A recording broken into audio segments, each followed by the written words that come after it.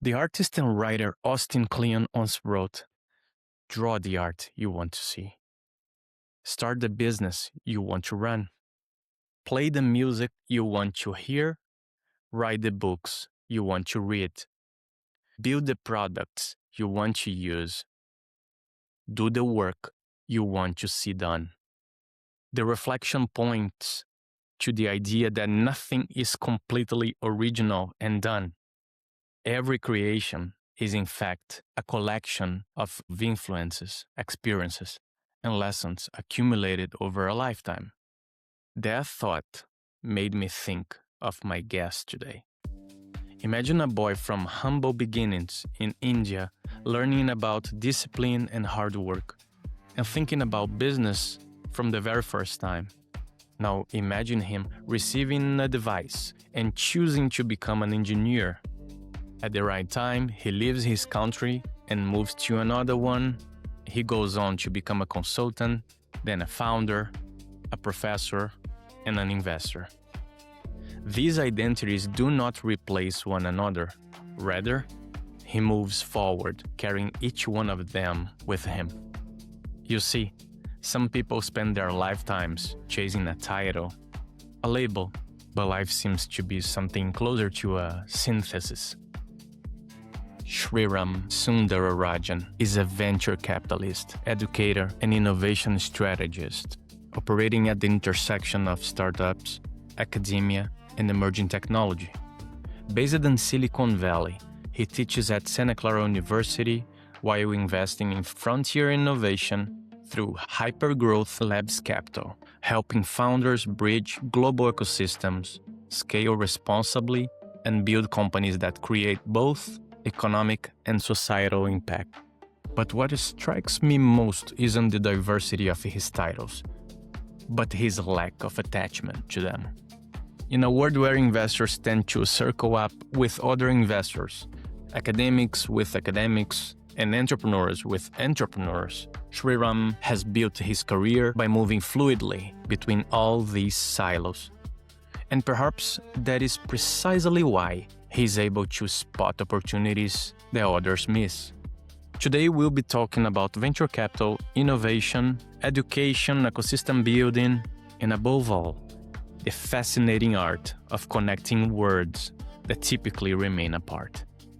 Let's check it out. Sriram Sundararajan, it's such a pleasure to talk to you today. I'm happy that our agendas finally align and we are talking today. And I'm going to start with my most general question in the moment we discuss your life experiences. And I would like to start from the beginning, from your early age, your childhood or teenagerhood.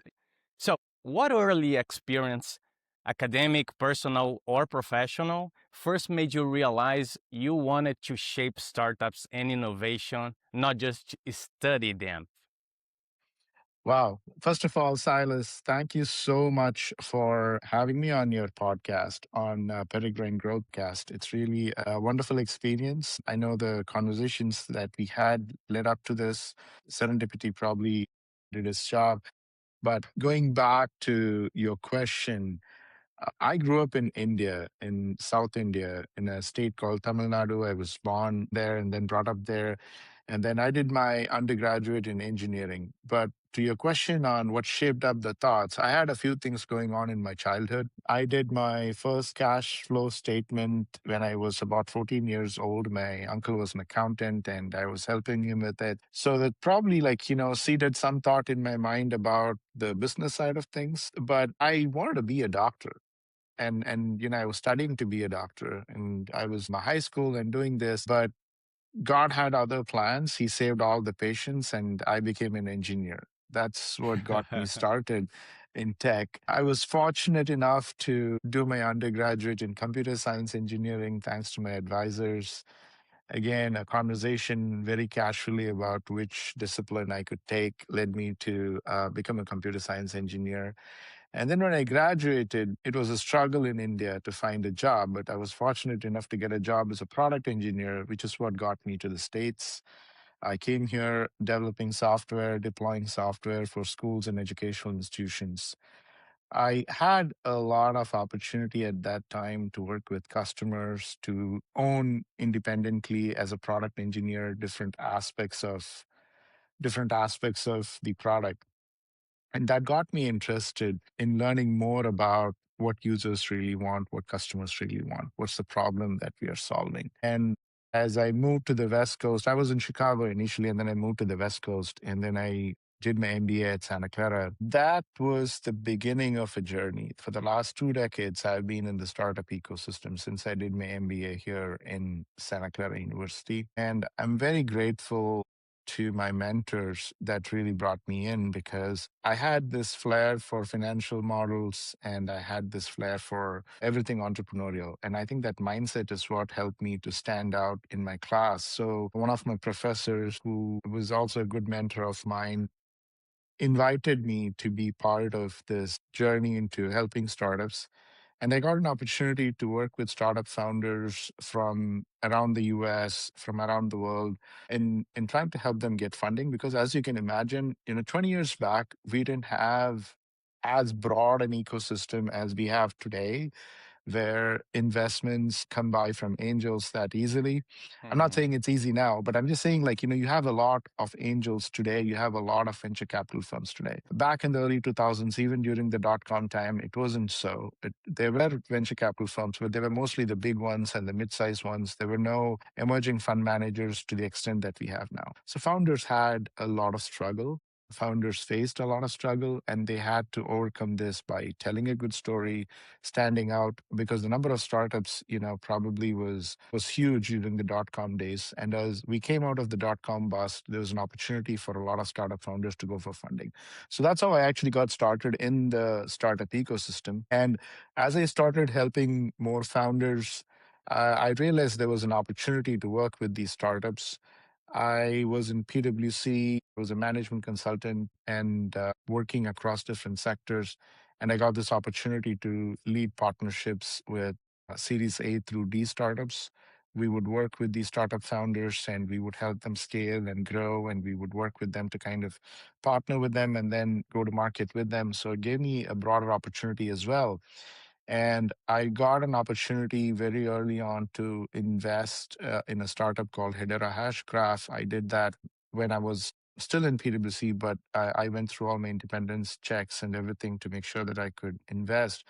And that was my very first startup investment and a very good one. And that motivated me to explore this further. So I quit my job in PwC to transition into the startup ecosystem. I started HypergrowthLabs. Today, HypergrowthLabs has two components. One is the advisory part, and the other one is the HypergrowthLabs Capital, where we have the first money fund investing into very early stage startups. I do manage a couple of funds, and the objective I have is to also give a broader exposure to my LPs. So we opportunistically invest into secondaries as well. But the primary motivation is to help early stage founders because very early on, I realized there was an opportunity for me to help founders. I'm a 2X founder. My first startup was a mobile app startup. The second one is a blockchain startup in the edtech space, and it's called Hyperstack. So we actually I had quite opportunity to work with a lot of founders now, and then help founders get capital became one of my objectives. So in addition to investing, I help founders to get introduced to other investors. So I have a set of co-investors as well, friendly funds that are in the early stage startup space. So there's a lot of opportunity here, but I leverage my access being here right here in Silicon Valley, being part of Santa Clara University to open up my network to founders and to help them. So I hope that gives you the long arc of how I started and how I landed where I am now. But it's definitely been a very interesting journey. And I look forward to sharing more as we progress through the podcast. Yeah. That's beautiful. I just love that. And Shriram, let me say, what a wonderful arc, because some of the elements I would like to highlight. First, your relationship with this educational component, because since early on, you are highlighting how mentors, how advisors were important to you since the beginning, since the time you were in India, and how nowadays you are giving back, right? You are passing Hmm. on, and we can see Yeah. how beautiful this is, which brings me to my next question to you. How did your transition from the classroom environment at a distinguished Mhm. Santa Clara University environment to angel investing, inform your perspective on where ideas become products. How you see the change of environments affect this perspective of ideas turning into products? That's a great question. And I want to connect the dots from my experience in India that really shaped up my perspective here. Because growing up in India, you know, I grew up in a India that is quite different than what you may be seeing now in the news. And if you visited India, the growth and development that you see. I grew up in an India where we solved a lot of problems with very limited resources. Innovation was not a buzzword, back then that was quite common, but it was about survival. We found creative ways to overcome constraints every day. I remember, I come from a very humble background, not a poor background, but a humble background. And so I grew up riding buses, traveling by public transportation, and figuring out the best possible way I could use the resources with, the money that I had. So I Mhm. grew up with constraints. So I understood how you have to work in a capital constrained environment. When I moved to Silicon Valley, I realized quite the opposite. I experienced abundance. I saw abundance of capital, abundance of talent, abundance of technology, the networks that we have. It's just so abundant. And what struck me was that there's breakthrough innovation happening here in the Valley that happens because we are at the intersection of ingenuity and opportunity. And and going back to your question, the university ecosystems are so unique in the Valley. And you can imagine this. We have Santa Clara, we have San Jose State, we have Stanford, Mhm. we have Berkeley. They offer so much in terms of resources that mm, when I came to Santa Clara, I just didn't want to study innovation. I wanted to experience it, to be a bridge connecting ideas, talent, capital, execution. And I also realized that venture capital was a way for me to directly shape this future rather than just observing it from the sidelines. So I made a very conscious choice to become a venture capitalist, and that's what helped me to kind of leverage the ecosystem, the networks, and really, make the transition because ideas become products, but they become exceptional businesses because of the capital that's available to them and founders that are able to leverage that capital access to networks very easily. And surprisingly, teaching and investing are connected for me right now. I teach a course on venture capital, and a few of my students have gone on to become investors in startups, so which I'm co-investing with them. One of them happens to be FanHaven, founded by a wonderful team of founders from Loyola Marymount, Cole and Caden, and it's an amazing journey. So I've seen, like, my teaching actually influence students, and in the classroom I see students, entrepreneurs. They wrestle with ideas, they wrestle with frameworks, and they're always looking at how to execute better. And I'm helping them think through that. And this transition has taught me that when somebody is building something great and they're able to find the customers and they find that product market fit, they are able to do that because they are resilient, they are adaptable, and they have the ability to learn. And the classroom experience easily transfers to the in-person live experience they have as founders and VCs. So this is also manifesting itself in terms of the investments that I make. So I see a transition that was possible for me because I was here as a student. I was working with founders to get funding. I'm here as an educator. I'm actually able to connect the dots to create venture creators, to create the venture capitalists needed to make sure that we can grow. And this is, something that is a living proof for me. I'm able to see startups like, I'm just helping a startup right now called Aleph. Aleph is funded by Jim DeCowney. Jim is the founder, from Santa Clara that actually, is creating the flying car. He has a working prototype. Tim Draper is an investor in it. So startups like this excite me, and I'm able to very easily transition from the teaching environment to the, I guess, the actual real-time investing. Show my students how it works, and then they follow me. So that's actually, like, a very amazing way in which I'm able to make the transition, or have made the transition from academia to real-world investing.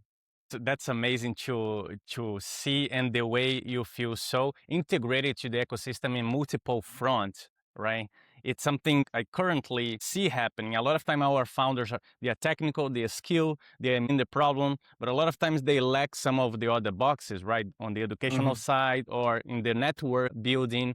And the fact that you navigate this ecosystem in such a classy style is really exciting. It's really inspiring to me. Thank Something you. that that I would like to ask is from your perspective, the other side of the table. I want to pick your brain here. So, having roots in India and a career Mhm. shaped in Silicon Valley, how did exposure to multiple innovative ecosystems influence your view of founders and scalable opportunities? I'm pretty sure that over the years, your perspective on good teams and scalable solutions have changed. I'm assuming, right? What is your take on that? Yeah, great question, Silas. My background, having grown up in India and studied there, worked there, has shaped a lot of my foundational thinking. Growing up there, studying in India has taught me a lot about being resourceful. I believe resourcefulness is a very important trait in a founder. And coming to Silicon Valley, what Silicon Valley has taught me is ambition to grow, ambition to exceed expectations, ambition to create something unique. And I believe founders that combine this resourcefulness and then the ambition are very successful. And I've met a lot of founders here in Valley, that have done both. And I often see that when it comes to emerging markets like India, for instance, my view is that when talent is very evenly distributed between places, you can actually achieve a lot because there's just abundance of talent. But in emerging markets, I know that founders are resource constrained, so they have to do more with less.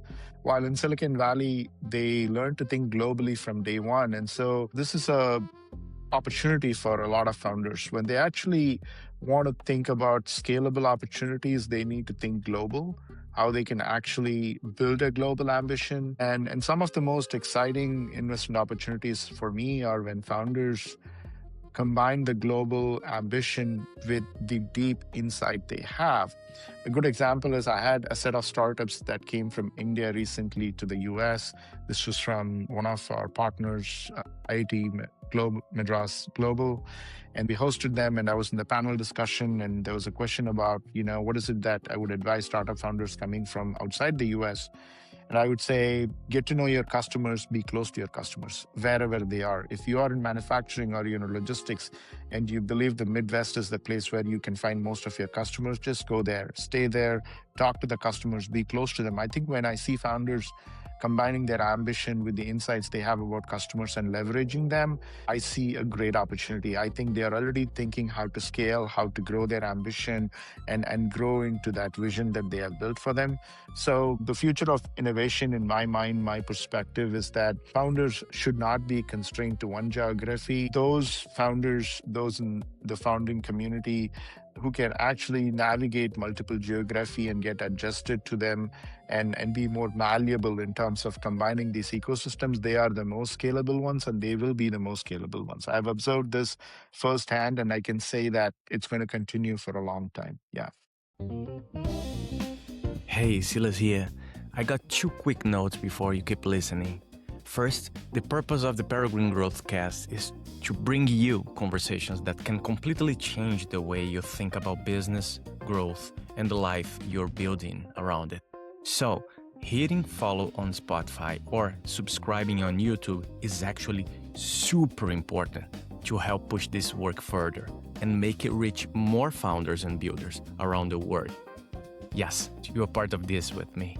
Second, PGC is brought to you by Peregrine Growth, my founder operating system designed to help entrepreneurs and startup founders gain clarity, validate markets, execute GTM strategies, and become investor ready so they can build disciplined growth before raising capital. Visit peregrinegrowth.com to learn more. Thank you so much. It's a great pleasure to build a show for you. Now let's get back to the episode. I'm also from a developing country. I'm from Rio de Janeiro, Brazil, and I see a lot of the research efficiency as a premise on anything you build in those environments because you need to innovate with constrained research, just like you were putting. But something that also comes to my mind is the role of investors backing these initiatives, not Hmm. only because they are not as common as they are in ecosystems like the Silicon Yeah. Valley, but also because depending on the solution, something that I have seen over the years is that investors tend to be close, just like teams tend to be close to customers, Hmm. investors want to be close to their investees. So Yeah. international investment can be a challenge when you go to regions where your investors so far from you and you are working on a day by day far Yeah. from them. Which brings me to the VC word, and that's interesting to discuss at this point. In your journey, you did not only navigate the educational and the angel investor sector, but in the last years, you are stepping into the VC industry. When Hmm. did you truly understand that impact investing and high performance are inseparable, but deeply interconnected? Excellent question. Actually, most often startup founders don't position themselves for impact. They are positioning themselves more as like outstanding businesses. And most investors have this view, at least the ones that I've seen discussing this, have kind of like a conflict between really understanding the impact side of a business versus the returns that a business could provide. So there's always this inherent conflict or friction that exists in the minds of people, but I believe the opposite is actually true. There doesn't need to be a conflict necessarily if you truly understand what big businesses really need to do. For instance, we had Uri Levine on campus here. Uri is an amazing human being and an amazing founder. He did this program for us where we actually got him to meet with about 20 to 30 founders, and they got good access to sit with him in a room for like 2 days and get mentoring from him. And he was mentioning how he thought through the challenges that Waze had in terms of maps and mapping, the location, geolocation, and understanding the layout of roads and things like that. And I was, I mentioned my first startup. We were trying to solve the problem and we were going after companies that gave maps and access to topography and whatnot. And we were trying to solve it very differently. But the way that Waze solved it is like so elegant. What's the problem? And Uri always says in his book, fall in love with the problem, not the solution.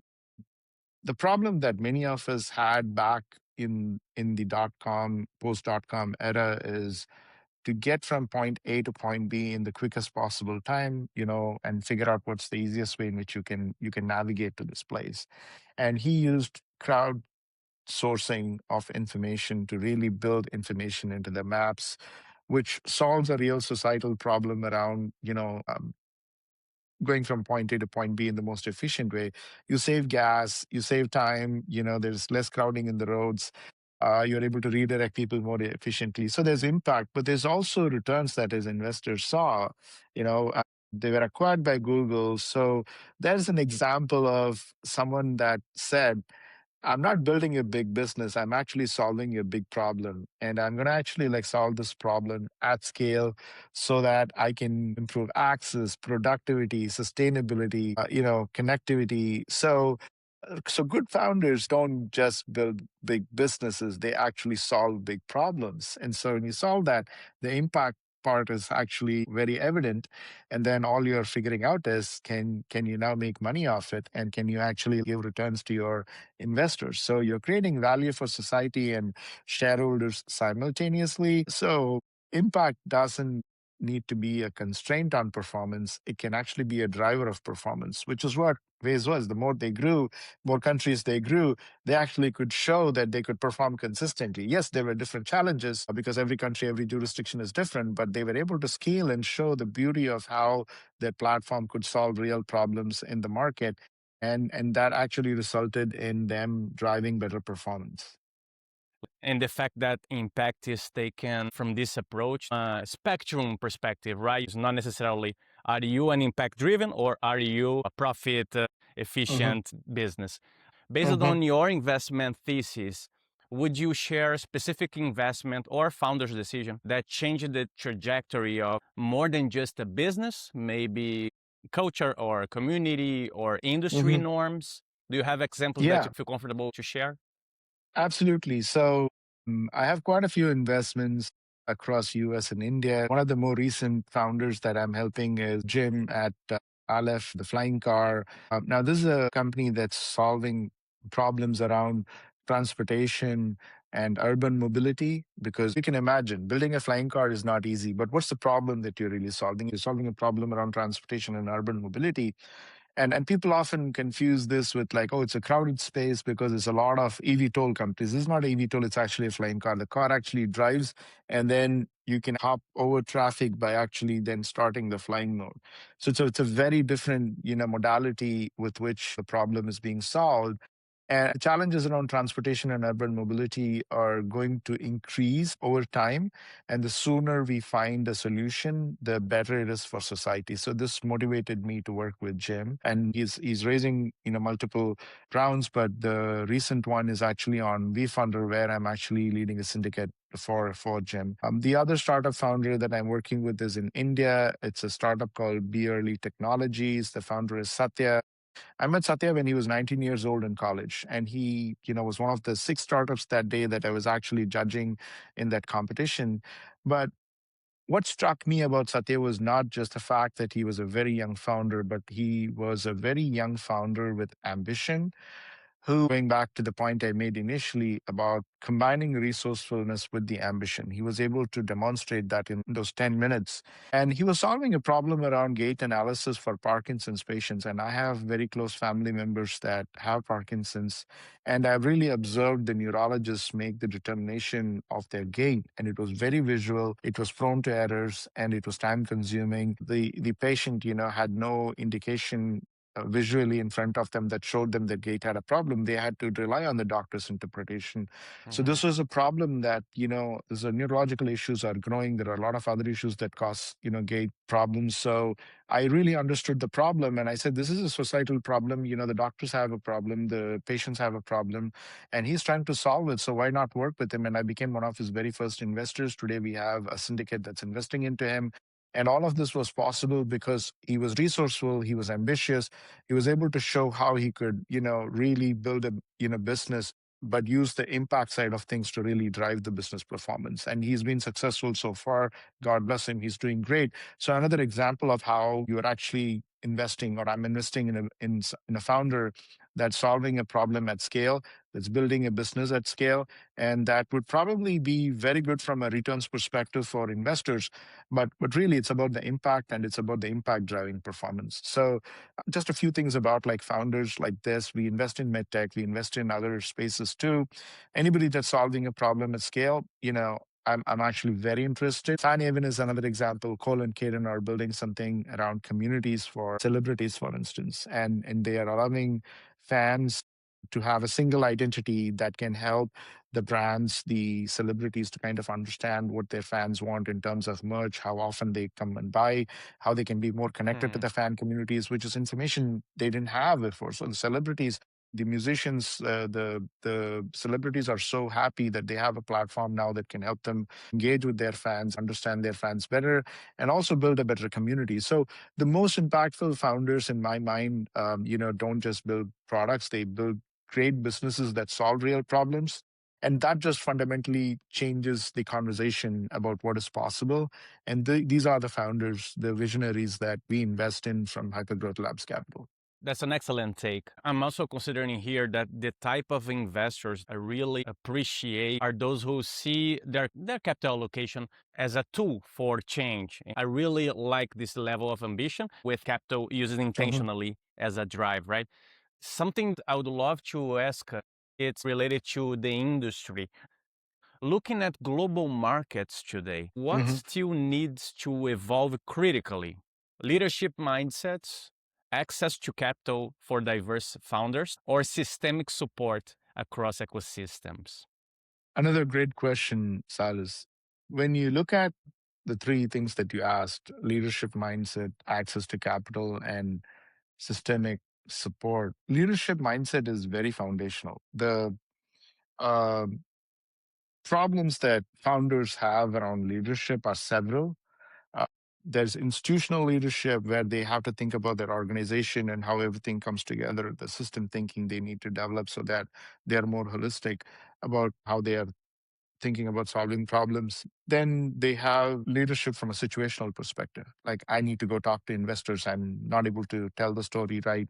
So what do I need to do? So that self-awareness comes in. And then the situational leadership, when they're facing investor, kicks in, where they need to actually demonstrate that leadership, that they're able to hold the ground and they're able to have the conversation. So leadership mindset becomes very foundational no matter which aspect you do. And I created this program called Startup Leadership Program, where we bring in founders and we are really understanding what areas of leadership they need to take care of, the gaps they have around sales, for instance, around go to market, for instance. And so these are areas, real areas. As you can imagine, you have focused advisory as well. It's a real challenge that founders have. So leadership mindset and gaining competencies to address the gaps in that leadership mindset is going to be really critical for founders. It's very foundational for founders. And then the access to capital is something that is a constraint. And the way that they need to think about this is, I have a 4C framework where the first step is building clarity around facts. And with clarity comes confidence. With confidence comes conviction. And with conviction, comes the capital. So capital always follows the conviction. It never precedes that conviction. Because if you're not convinced, you cannot convince me as an investor. So you as a founder have to be convinced before you can convince me as an investor. And so you need that clarity, confidence, and conviction so that the capital can actually follow. So that's the second part of how access to capital matters and what really matters when you need to go after capital. And then the support, that you need from the ecosystem is really important. You have investors on one end, you have founder support systems like accelerators, incubators, access to government resources becomes key. And then startup hubs, venture builders, these are all like really part of the ecosystem. And they all come together to make sure that founders can be successful so that they can adequately deploy capital in the right places and they have access to resources that helps them develop the leadership mindset, addressing gaps in the different areas. So, founders really today have access to more resources. And I think the ecosystems also need to recognize that and adequately prepare themselves to continuously offer things that founders would need. So they all need to come together. So the leadership mindset, the access to capital, and the systemic support across ecosystems need to come together to really benefit founders. This is extremely important. I'm thinking of founders who are still navigating the best way to position, the best way to communicate with investors. Because I see the merge between clarity on data, right? Being data informed, backing you and giving the confidence, but also Yep. learning how to perform, right? Learning how to communicate in a way that's engaging, that's convincing, that's exciting. We hmm walked through your life experience through impact as a component, but now I would love to discuss growth. And here hmm is the moment to think in terms of revenue generation, results, business. My first question to you is, what's the most challenging inflection point of your career? hmm That one that reshaped how you evaluate risk, people, and opportunities. Yeah. When I reflect back on my investment journey, I was definitely investing for the opportunities, but I was investing in the problems that created these opportunities. Really, founders who are solving these problems, going after these big opportunities. And once I shifted my focus from just looking at the idea, because you get excited about a lot of different ideas, right? I mean, as a founder, you're passionate about the problem that you're solving. And there's a lot of investors that probably get excited looking at exciting founders. But, the more I started focusing on people, and the more I started looking at where they are, which market are they in, what's their business model, what's the technology, what is their understanding of this, my focus shifted to how I evaluate these founders for what they bring to the table, what attributes they have, so I can make better informed decisions. As a fund, we have more than 40 different criteria across 7 or 8 different dimensions. We go across looking at the product, looking at the team, and whatnot. But what we have seen, or what I have seen from my experience, is that markets change, macro situation changes, markets would shift. You've seen this a few years back, blockchain was hot, and then came, AI. There was consumer tech before that, B2C platform ecosystems being built with Uber and others. So really technology changes and then strategies pivot. But it's all because founders understood the need to pivot. And they said, hey, I need to pivot because my market is shifting, or I need to pivot because this technology is not solving the problem at scale. I need to build bigger, better technologies to solve this. They can leverage AI. They don't need to leverage AI. That's a separate thing. But then, they really understood the need to pivot. So that malleability, that adaptability is really important. And founder character is what determines this. Like what do you need to do under pressure? And can you really do that? And do you find it hard to change? And have you made that transition? Have you shown that resilience? These become very fundamental. So I've learned that the resilience that founders bring, the integrity they have, like if I'm asking you a question and you don't respond back, it could be one of two reasons. Either you didn't hear me or you didn't see the question, you glossed over my email, and maybe I send you a reminder. But in spite of that, if you don't respond back, that points to a break in the integrity. And that's actually something that's very important. If I don't see founders that are coachable, that are not adaptable, and there is very apparent, then they don't even become a candidate for investment. So really, we're investing in founders that can change, that can show the resilience, that have the integrity, but most importantly, have that ambition and the learning velocity so that they are more predictable than the financial models that we can build. Because the financial models are models built with static information, with some assumptions.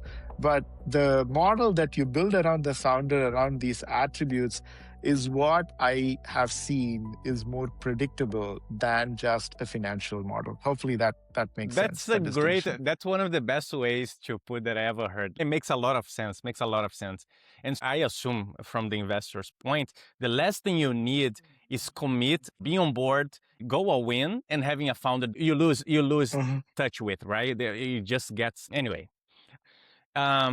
What has been the biggest driver of your growth as an investor? When you found the right path, what was really meaningful in the direction that you found? So what was the biggest driver for your growth? Deep analytical rigor, relational intelligence is some of what you just described, or the courage to back the unconventional, back what is really daring? Great question. I love the way you put it. Certainly, when you look at there's group behavior, and group behavior is driven by consensus to a large extent. You can see that in the stock market today. Like, the last few days, your portfolio would have gone up by at least 30 to 40%. And, just because the macro news, coming out of the war and Hormuz and others, they're driving a lot of the things. And then there's a topic around the AI investments doing really well, and it's very synergistic between the companies, so that comes from consensus. So returns in the investment world may be driven by the consensus, but it's driven by some managers' conviction outside of the retail investors that this is a really good investment. And same thing holds true in venture capital, where consensus may drive some outcomes for a short period of time, but really the analytical rigor, the way you actually identify opportunities, is really important. And then the intelligence that you build around founders, the attributes that I spoke about, is really important, because that really helps you to not just identify the opportunity, but also the founder fit to that opportunity. Right? You could be a great founder, but you may be solving a different problem or not solving a problem at all, and really not have a market or have the ability to build a market. So it's very important, as a venture capitalist, to build conviction. And for that, you need clarity, you need the confidence, and you need to make sure you identify those founders before everyone else sees it. And that's what, is needed for you to be aware of how you need to be thinking 2 curves ahead without even seeing that. You need to expect it before you get there so that you're ready for it. And that's what we do. Like, I'm always looking for those exceptional founders. And I'm also always looking for those opportunities, because if you are courageous enough to back these exceptional founders before the rest, then you have broken the convention, you have broken the consensus, and you are really about creating value at that point in time. And I believe in finding those exceptional founders. Like, The founders like Cole, Caden at Van Haven, or Jim, early backing of these founders, like Satya, for instance, in Be Early. These are all founders that I'm backing early because, you know, I have that clarity and that confidence and the conviction to make sure that they are exceptional founders and they truly deserve the support. Now, there may always be a situation where a founder may fail, but that's okay. But then the conviction that you had probably is validated when you see majority of those founders that you have invested in succeed before others see them succeeding. What's the point in saying you are coming in at a Series C or a Series D with a large check? The conviction is built on the track record, and you've already seen the track record. Great investors, great venture capitalists are the ones that see it way ahead, and that's what First Money Fund, HypergrowthLabs Capital does, and that's what I believe I need to be doing to make sure that I can support those exceptional founders.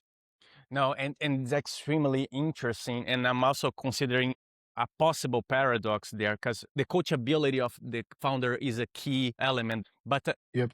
at the same time, if you have a founder with some decent track record to share, in many cases, the longer the list of the track record, the less coachable the founder gets, because gets more confident, more like, no, I know my game, I'm going to succeed again. And how you deal with this possible paradox? Would you prefer the early stage founders in general, or not exactly? It's just a matter of finding the right elements to look for?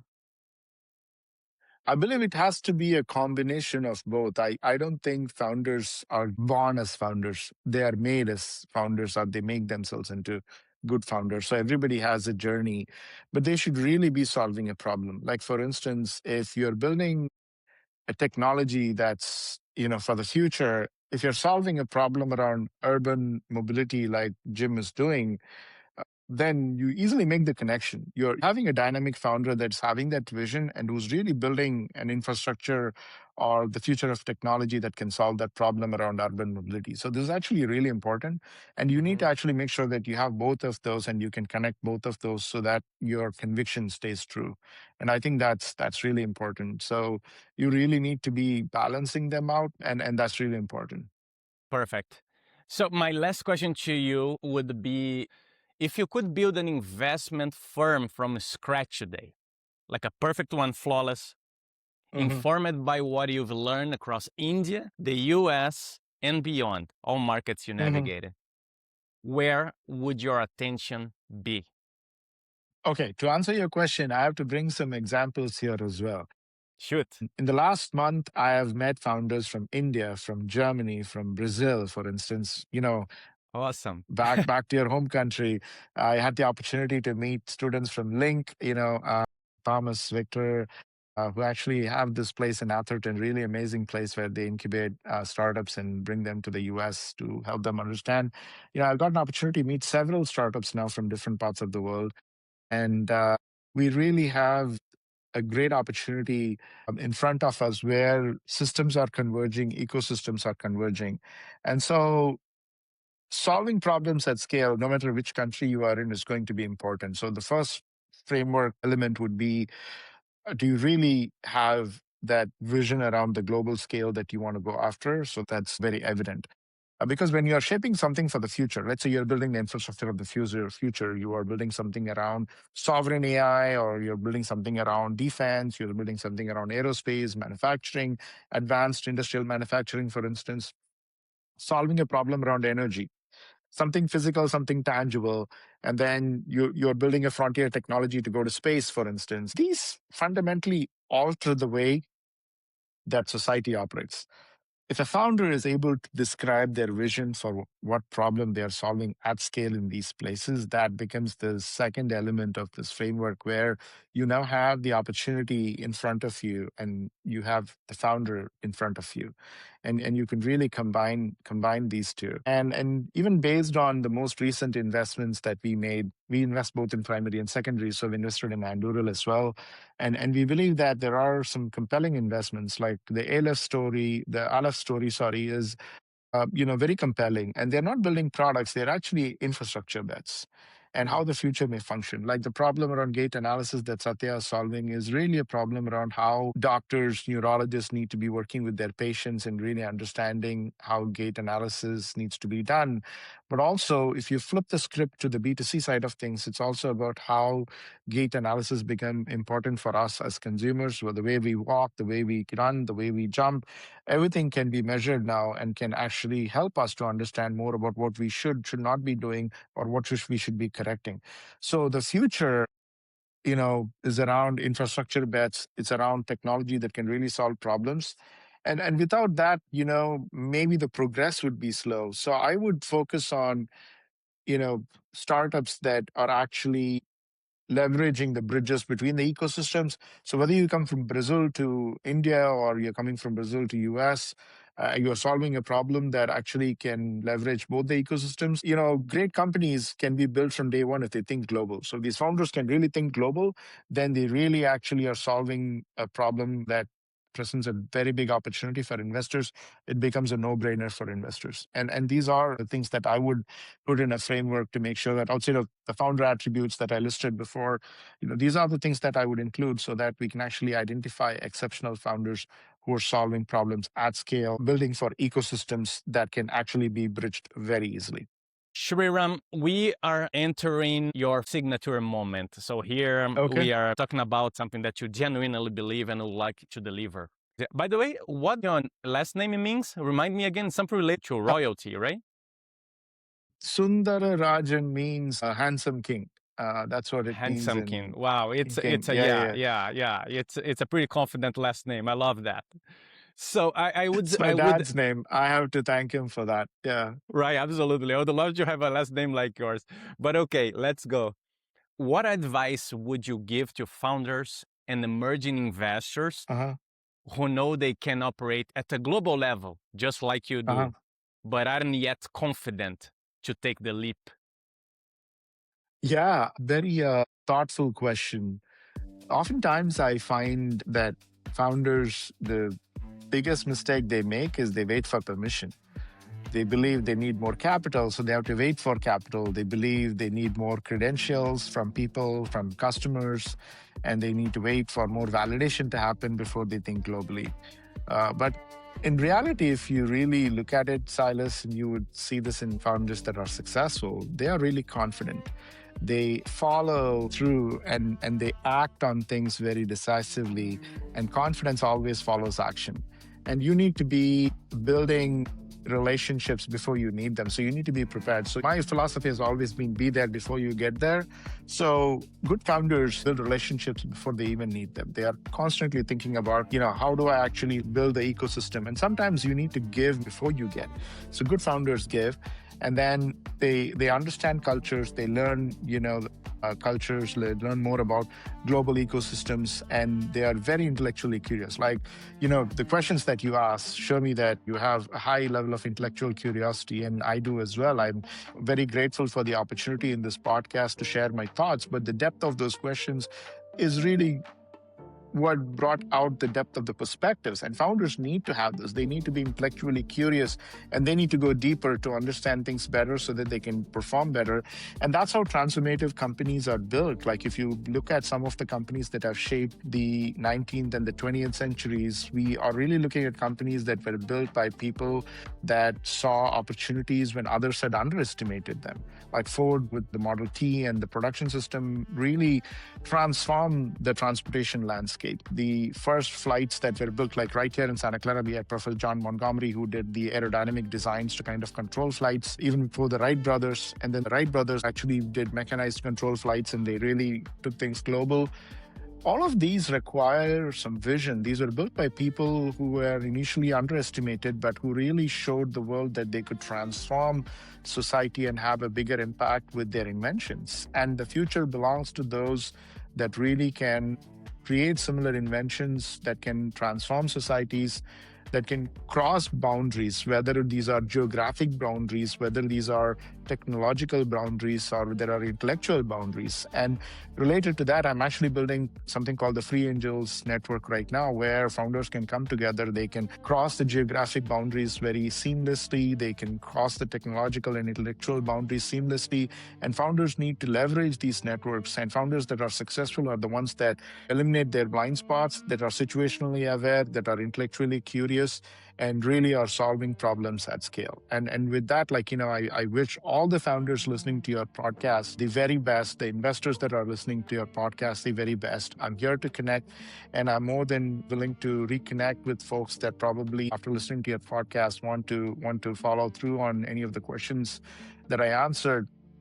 But really, founders that, have all of these attributes, I think they are the ones that can operate and can be successful. And so are investors who would probably see through these, who would see these founders and really build the confidence in them. Those are going to be the most successful investors.